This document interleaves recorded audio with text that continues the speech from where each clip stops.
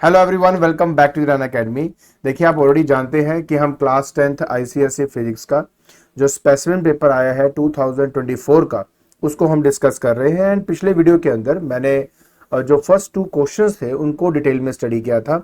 आज के लेक्चर के अंदर मैं उसके नेक्स्ट 3 क्वेश्चनों को डिस्कस करने वाला हूं और लास्ट जो वीडियो आएगी उसमें मैं बाकी के सारे क्वेश्चन डिस्कस कर दूंगा। और अगर आप इस चैनल पे नए हो तो जल्दी से चैनल को सब्सक्राइब कर लीजिए। वीडियो पसंद आए तो लाइक करें एंड शेयर करें अपने फ्रेंड्स के साथ। तो बिना कोई टाइम वेस्ट किए चलिए शुरू करते हैं।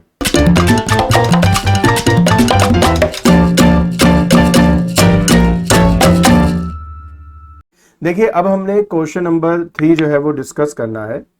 कहता है refer to the diagram given below. आप देख सकते हो कि हमारे पास एक कॉन्वेक्स लेंस है, लेकिन यहाँ पर μ1 एंड μ2 लिखा है, जो कि ये बताता है कि इसका जो आधा जो लेंस है कन्वेक्स लेंस वो अलग मटेरियल का बना हुआ है और जो μ2 है वो एक अलग मटेरियल का बना हुआ है। कहता है a lens with 2 different refractive indexes is shown. If the rays are coming from a distant object then how many images will be seen. वैसे तो इसका आंसर जो है वो हमारा 2 आएगा, पर 2 क्यों आएगा मैं इसके बारे में आपको समझा देता हूं। देखिए, अब तक हमने ये पढ़ा है कि अगर रेज ऑफ लाइट आपकी पैरेलल हो मेरे प्रिंसिपल एक्सिस के, तो वो हमेशा मीट करता है किसी एक पर्टिकुलर पॉइंट के, है ना, एक पर्टिकुलर पॉइंट पर मीट करता है। और जितनी भी रेज आपकी पैरेलल होंगी सभी के सभी जो है वो आपकी उसी पॉइंट पर मीट करती हैं। इस पॉइंट को सेकंड प्रिंसिपल फोकस हम कहते हैं। लेकिन नीचे वाले पोर्शन जो है उसमें से जो रेज ऑफ लाइट है वो इसी पॉइंट पे तभी मीट करती अगर ऊपर वाला मटेरियल और नीचे वाला मटेरियल सेम होता। अब बात सिर्फ इतनी है, क्योंकि नीचे वाला मटेरियल अलग है तो इसकी वजह से क्या होगा, या तो रेज ऑफ लाइट इस पॉइंट से आगे मीट करेंगी या रेज ऑफ लाइट इससे पीछे मीट करेंगी। अभी किस बात पे डिपेंड करता है। एक बात ध्यान रखें, अगर जो μ2 आप देख रहे हो इसका रिफ्रैक्टिव इंडेक्स मान लो μ1 से ज्यादा है, मतलब ये जो है आपका ज्यादा डेंसर है और ये जो है ये आपका क्या है, कम डेंसर है आपका, तो उस कंडीशन के अंदर जो रेज ऑफ लाइट है वो इससे पहले मीट करेंगी, क्योंकि हमारा जो फोकल लेंथ होता है वो मेरे इनवर्सली प्रोपोर्शनल होता है रिफ्रैक्टिव इंडेक्स के ऑफ अ लेंस। तो refractive index of the lens जितना ज्यादा आपका होगा फोकल लेंथ उतना ही कम होता है। फोकल लेंथ का मतलब होता है कि सेंटर से लेकर ये जो पॉइंट आपका मीट कर रहा है फोकस जो है, इन दोनों के बीच का जो लेंथ है इसको फोकल लेंथ कहते हैं। तो अगर आपका μ2 ज्यादा है एज कंपेयर टू μ1 तो ये यहां पे पहले ही कहीं मीट करेगा, मतलब ये कि इसका जो फोकल लेंथ होगा वो आपका कम होगा, जिस वजह से आप देख सकते हो कि यहां पे 2 इमेजेस बनेंगी। एक तो इमेज I1 यहां बनेगा और एक इमेज I2 आपका यहां बनेगा।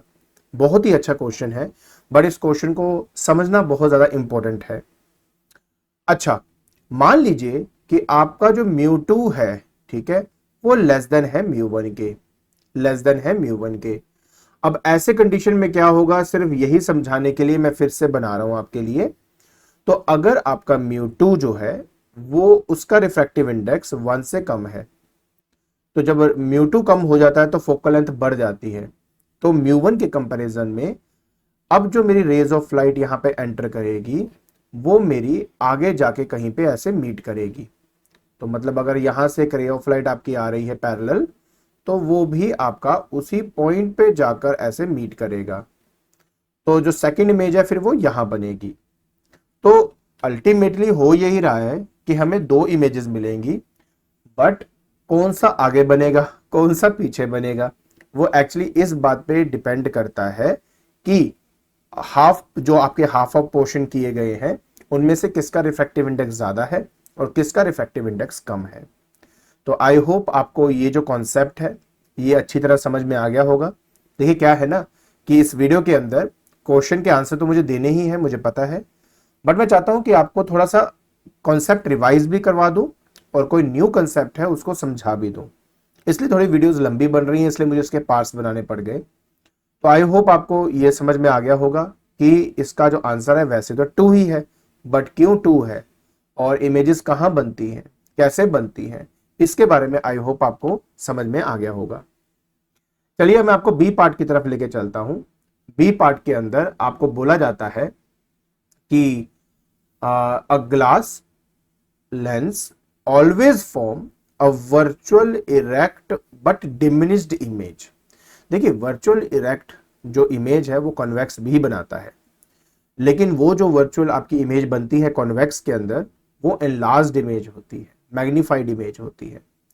डिमिनिश इमेज जो है वर्चुअल और इरेक्ट सिर्फ कॉनकेव ही बना सकता है, इसलिए यहां पे जो इसका आंसर है वो हमें कॉनकेव लेंस ही यहां पे हम लिखेंगे। अब बात आती है सेकंड पार्ट की। सेकंड पार्ट में कहता है कि it is observe that the house circuits are arranged in parallel combination, give 2 reasons in this arrangement. देखिए इसका आंसर वैसे तो आप ऑलरेडी जानते ही हैं। पहला रीजन तो यही है कि जितने भी अप्लायंसेस हैं उन सबको सेम पोटेंशियल डिफरेंस मिलता है, सेम पोटेंशियल डिफरेंस मिलता है जो कि हमारे पास होती है 220 वोल्ट, ये हमारे घर में सप्लाई होती है। और दूसरी सबसे बड़ी बात यह है जितने भी स्विचेस होते हैं मेरे सर्किट के अंदर वो सारे के सारे इंडिपेंडेंट होते हैं। इंडिपेंडेंट हमारे होते हैं मतलब ये कि जैसे सीरीज के अंदर क्या होता था कि अगर एक स्विच को मैं बंद कर दूं तो वो सारे जितने भी सर्किट्स थे, जितने भी मेरे अप्लायंस सब बंद हो जाते थे।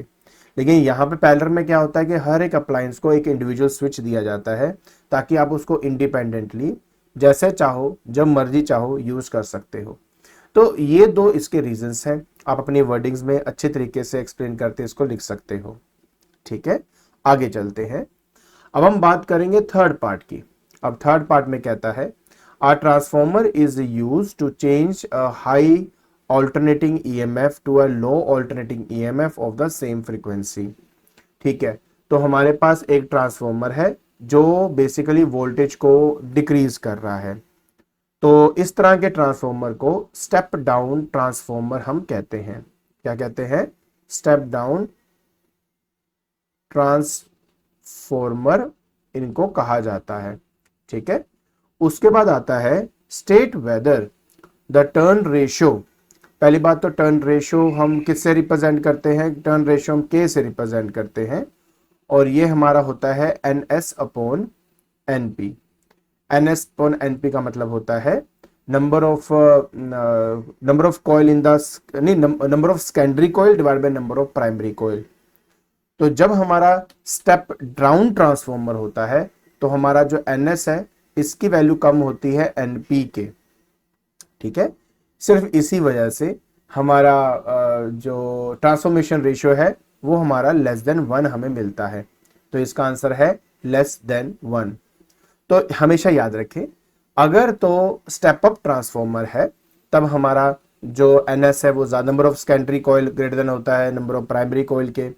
ऐसे कंडीशन के अंदर हमारी ट्रांसफॉर्मेशन रेशियो की वैल्यू ग्रेटर देन 1 आती है। क्योंकि ये स्टेप डाउन ट्रांसफॉर्मर है तो number of secondary coil less than होता है नंबर ऑफ प्राइमरी कॉइल, इसकी वजह से इसकी वैल्यू हमारी लेस देन 1 होगी। अब अगर मैं बात करता हूं आपके फोर्थ क्वेश्चन की। अब फोर्थ क्वेश्चन तो एक सिंपल सा न्यूमेरिकल्स है। कहता है a solid of mass 60 gram at 100 degree Celsius is placed in 150 gram of water at 20 degree Celsius, find the final temperature the steady temperature, sorry वो आपको दिया हुआ है 250 डिग्री सेल्सियस का। कहता है कि सॉलिड का हीट कैपेसिटी आपने फाइंड करनी है। तो देखिए सॉलिड की हीट कैपेसिटी कैसे फाइंड की जाएगी मैं आपको उसके बारे में बताता हूँ, लेकिन उससे पहले यहाँ पे प्रिंसिपल ऑफ कैलोरीमीटर लगेगा।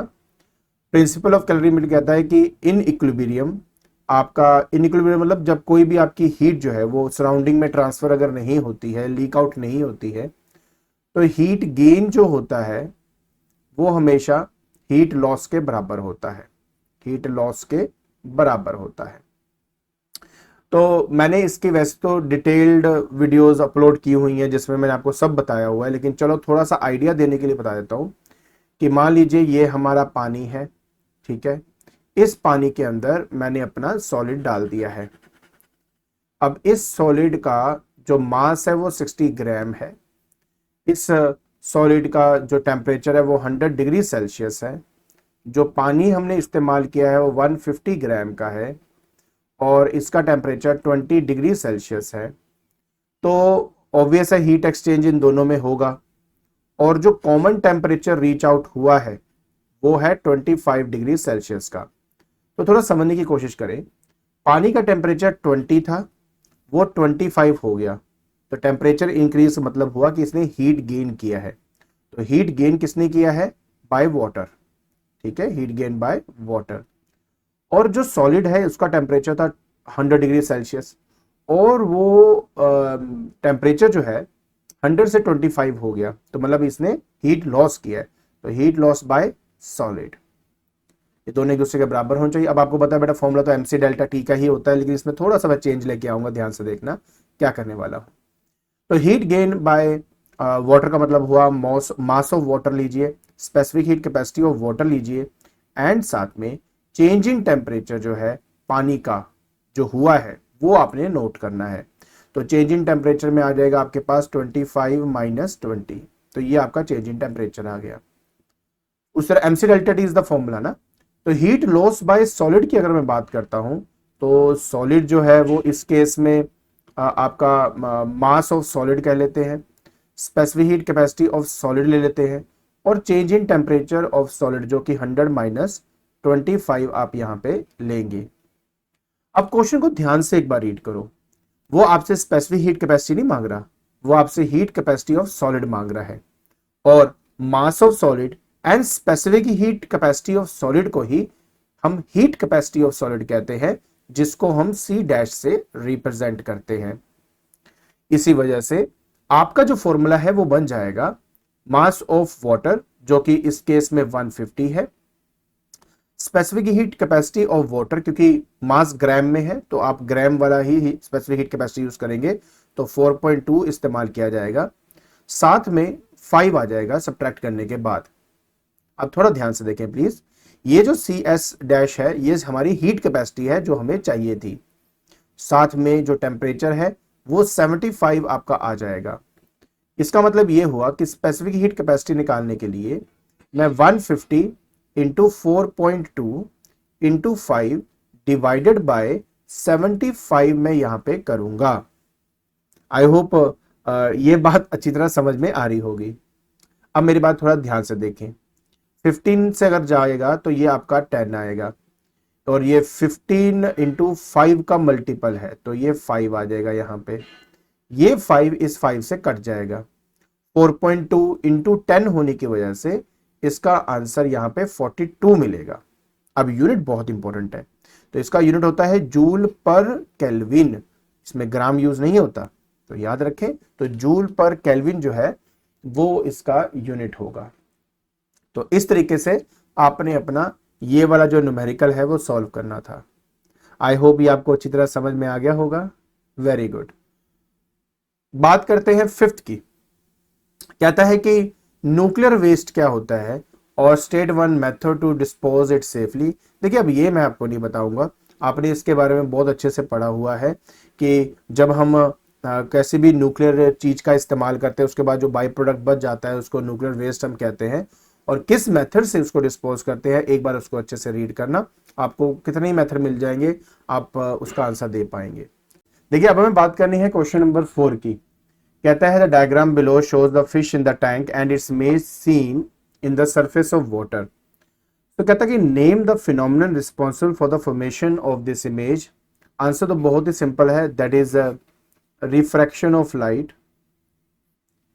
लेकिन जो मेरा इंटरेस्ट है वो ये जानने में है कि एक्चुअलिटी हमें ऐसा क्यों दिखाई देता है, तो थोड़ा समझने की कोशिश करते हैं कि मान लीजिए कि ये मेरा एक फिश टैंक है और ये मेरा पानी का सरफेस है और अब हम बनाने की कोशिश करेंगे फिश, जो मुझे पता थोड़ा मुश्किल से बना पाता हूँ मैं, बट देखिए आई थिंक फिश दिख ही रही है, तो ये मान लीजिए आपकी फिश है। तो एक्चुअलिटी में क्या होता है थोड़ा समझने की कोशिश करते हैं। मैं आपको इसी पिक्चर को पोर्ट्रेट मतलब कैसे ये हमें ऐसा क्यों दिख रहा है थोड़ा सा इसको समझाने की कोशिश करूंगा कि एक्चुअली में क्या होता है बेटा कि जब आपकी रे ऑफ लाइट आपकी ट्रेवल कर रही होती है ना from denser to rare medium, ये बात बिल्कुल सच है कि कुछ आपके रे ऑफ लाइट आपकी रिफ्रैक्ट हो जाती है ठीक है। और जो पर्सन यहाँ से देखेगा उसको थोड़ा फिश जो है वो कहाँ नजर आएगा, थोड़ा सा यहाँ ऊपर की तरफ नजर आएगा आपका, ठीक है। यहाँ पे आपको फिश नजर आती है क्योंकि जो पर्सन है उसके हिसाब से जो इमेज है फिश की वो यहाँ पे नजर आएगी। लेकिन मेरा जो इंटरेस्ट है इस ये जो आपको पिक्चर दी गई है ना, इस पिक्चर को रेप्लिकेट करने का। तो अगर मैं इसकी फोटो खींचूं तो फोटो खींचने का मतलब है यहां से इसको खींचा है मैंने। तो एक्चुअलिटी में क्या हो रहा है कि रे ऑफ लाइट आपकी डेंसर से रेडियल मीडियम गई, ये bend away from the normal हुई, जिसकी वजह से हमें लगता है कि फिश यहाँ नहीं है, थोड़ा ऊपर की तरफ है। लेकिन हमें ये भी पता है कि कुछ लाइट जो होती है वो आपकी रिफ्लेक्ट भी होती है। जब लाइट मान लीजिए आपकी रिफ्लेक्ट होगी तो जितना एंगल यहाँ होगा उतना ही एंगल यहाँ पे होता है। अब अगर रे ऑफ लाइट आपकी इस डेंसर से रेडियल मीडियम में जाएगी, जो कि ऑब्वियस जाएगी आपकी, सो जाना इसको ऐसे चाहिए, but bend away from the normal होने की वजह से वो थोड़ा सा इस तरह से बेंड होगी। अब जो पर्सन यहां से उसको ऑब्जर्व करेगा उसके हिसाब से जो रे ऑफ लाइट है वो यहाँ पे आके मीट करेगी, मतलब उसके हिसाब से जो फिश यहाँ पे है वो कहाँ नजर आएगी, वो एग्जैक्टली आपको इस पॉइंट पे नजर आएगी जो कि हमें ऑन द सरफेस दिखाई देता है। तो वैसे तो रिफ्रैक्शन ऑफ लाइट ही यहाँ पे हो रही है, बट आप कहाँ से उसको देख रहे हो ये समझना भी बहुत इंपॉर्टेंट है। अब जब इस पिक्चर को देख रहा हूं तो ये मुझे रियल दिखाई दे रही है, ये मुझे इसकी एपरेंट पोजीशन नजर आ रही है, ठीक है। इस पिक्चर भी थोड़ी धुंधली सी है तो मैं जो मुझे परसेप्शन इसमें से लगा मैं बता दिया। तो अगर फिश यहाँ पे है और जरा सा अगर ऊपर देखते हो तो आप ऊपर से यहां से देखोगे तो भी ऊपर होगा, बट अगर आप यहां से इसका व्यू पॉइंट ले रहे हो तो उसके हिसाब से फिश सरफेस पे क्यों दिखाई देगा, ये थोड़ा सा बताने का मेरा तरीका है कि रे ऑफ लाइट वैसे तो आपकी बेंड करेगी away from the normal, but कुछ लाइट आपकी रिफ्रैक्ट भी करेगी, जो रिफ्लेक्ट भी करेगी। रिफ्लेक्ट होके जब वो एक मीडियम से दूसरे मीडियम में जाएगा और यहाँ पे angle of incidence greater than critical angle नहीं बनता, तभी ऐसा हो पाएगा। तो रे जब बाहर निकलती है तो यहां से जब उसको ऑब्जर्व करेंगे तो ऐसा लगेगा जैसे फिश यहाँ पे इस सरफेस ऑफ वाटर पे जो है हमारी फिश है। तो इसलिए ये इमेज थोड़ी यहाँ पे ऐसे दिखाई देती है। बाकी आप क्या सोचते हो इसके बारे में जरूर कमेंट बॉक्स में बताना। जो पर्सपेक्टिव है, जो व्यू पॉइंट है, उसको देख के तो यही लगता है। बाकी बेटा हमारे पास अब आता है बी पॉइंट, कहता है complete the path of the रे through the glass prism of the critical angle 42 degree till it emerges out of the prism. देखिए बहुत ही ज्यादा सिंपल है ये आपका। अब इस कंडीशन में हम क्या करेंगे कि रे ऑफ लाइट जो है ना, क्योंकि ये 90 पे फॉल कर रही है और जब रे ऑफ लाइट नॉर्मली फॉल करती है तो बिना किसी डेविएशन जो है वो रे ऑफ लाइट आपके सीधी जाती है, ठीक है। ये आपका यहाँ पे 90 बनेगा तो ये आपका बन जाएगा 45 डिग्री का। अब अगर मैं यहाँ पे एक नॉर्मल क्रिएट करता हूं तो ये भी 45 डिग्री बनेगा जो कि ग्रेटर है क्रिटिकल एंगल से। टोटल इंटरनल रिफ्लेक्शन आपका टेक प्लेस करेगा और ये एंगल आपका 45 डिग्री बनेगा। ये भी आपका 45 डिग्री है, ये आपका 45 डिग्री है, तो ये एंगल 90 बनेगा। तो जब एक रे ऑफ लाइट नॉर्मली फॉल करती है सरफेस पे तो बिना किसी डिविएशन के वो चले जाता है। तो इस तरीके से आपने ये वाले रे डायग्राम को शो करना था। आई होप आपको समझ में आ गया होगा।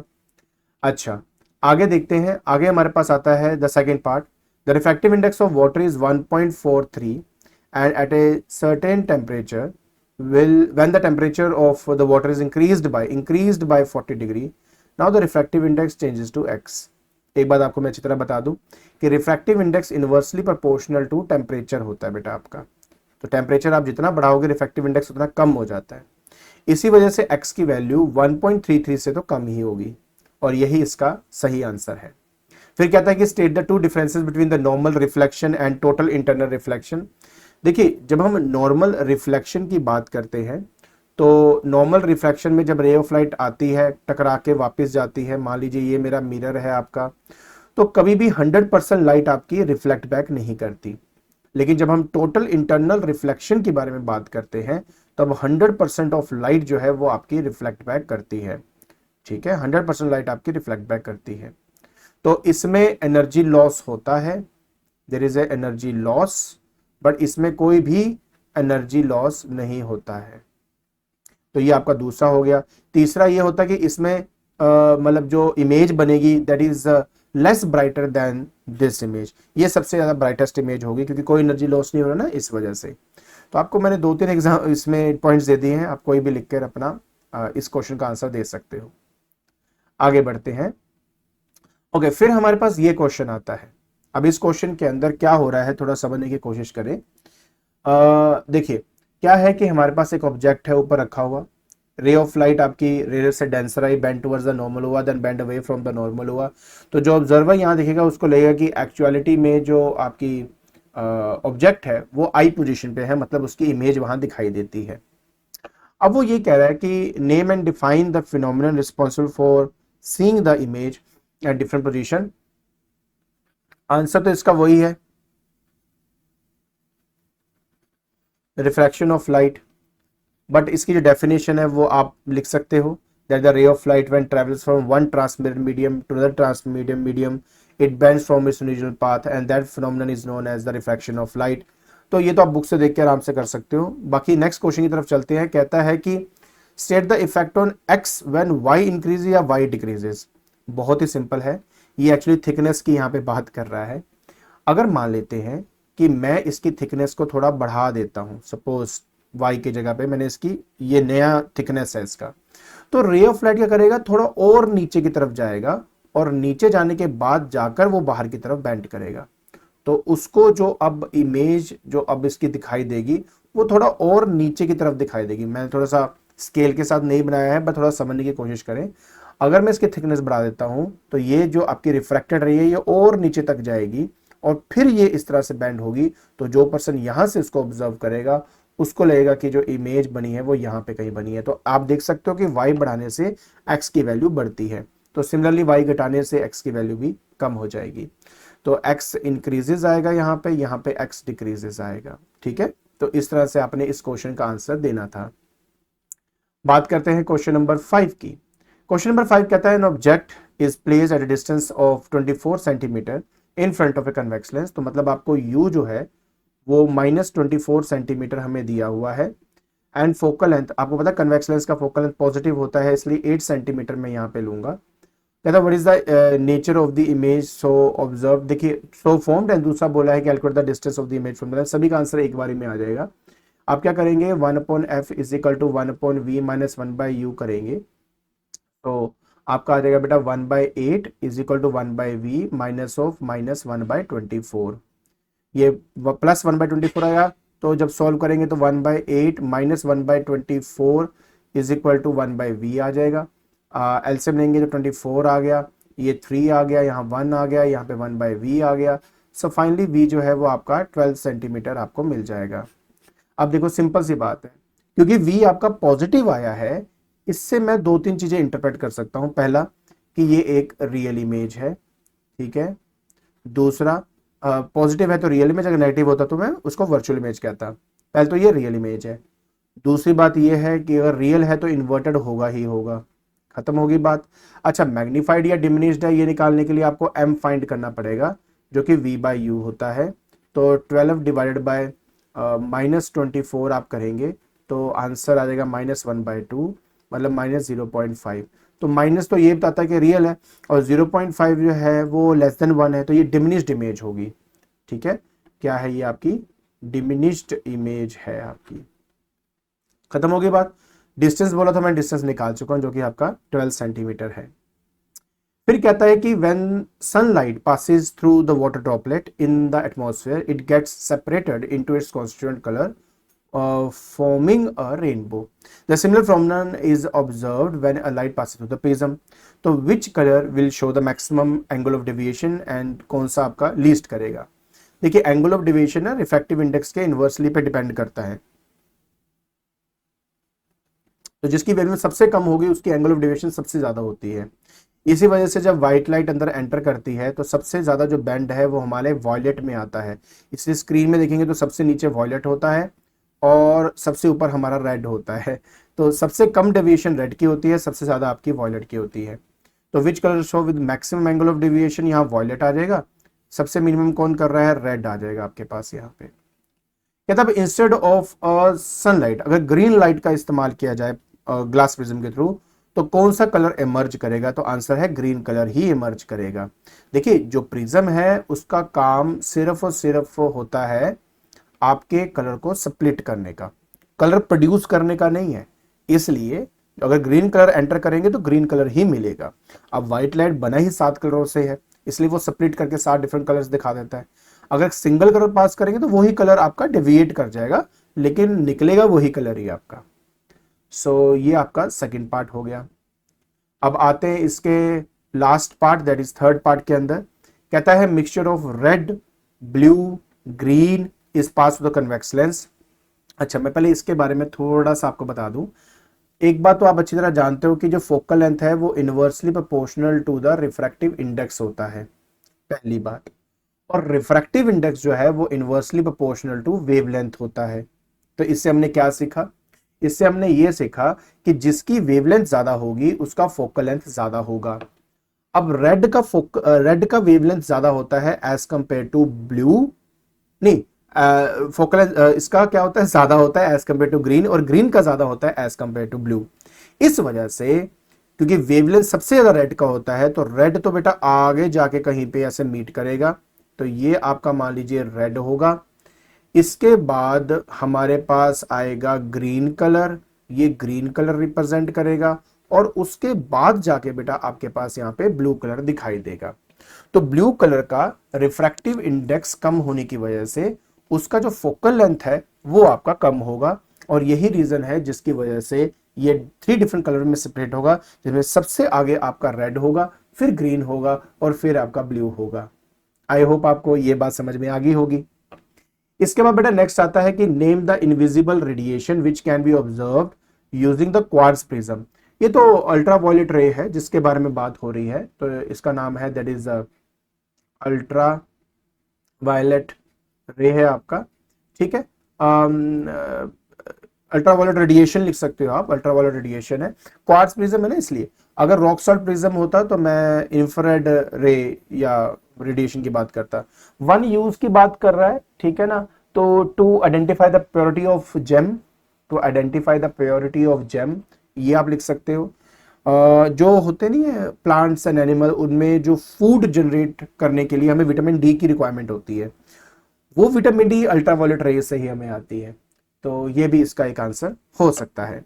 कहते हैं name one radiation having wavelength longer than the wavelength of these radiation. आप इंफ्रारेड लिख सकते हो, आप विजिबल लिख सकते हो, माइक्रो, रेडियो, कुछ भी लिख सकते हो आप इसके अंदर। लॉन्गर बोला है ना इसलिए, तो अल्ट्रावायलेट के बाद वाले में कोई भी आप इसमें लिख सकते हो। तो मैं विजिबल बोल सकता हूं, विजिबल रे या इंफ्रारेड रे, मतलब कोई भी लिख दो, कोई भी आंसर है इस चीज का। सो आई होप आपको आज का ये जो लेक्चर है समझ में आ गया होगा, ठीक है। तो आज के लेक्चर के अंदर हमने बाकी के 3 क्वेश्चन डिस्कस किए। आई होप क्वेश्चन के आंसर के साथ साथ उनके जो कॉन्सेप्ट्स है वो भी आपको समझ में आए होंगे। और अगर आपको ये वीडियो पसंद आती है तो please like it, share it and subscribe it. आज के लिए बस इतना ही। Thank you so much.